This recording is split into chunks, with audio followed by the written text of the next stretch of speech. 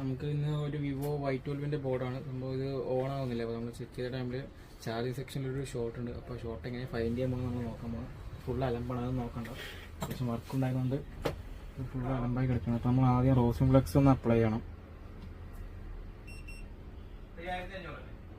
ഞാനത് already find ചെയ്താണ്. അപ്പോൾ നിങ്ങൾ കാണിച്ചു തരാൻ വേണ്ടി ഒന്നും കൂടെ ചെയ്യണം. ഞാൻ മോണിറ്ററിൽ നോക്കിക്കോളാം.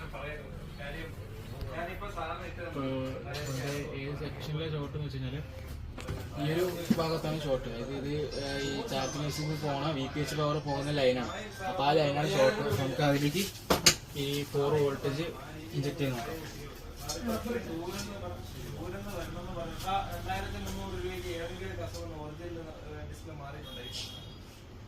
കണ്ടില്ലേ, അവിടെ തെളിഞ്ഞ് ആ കപ്പാസിറ്ററാണ് ഷോർട്ട്.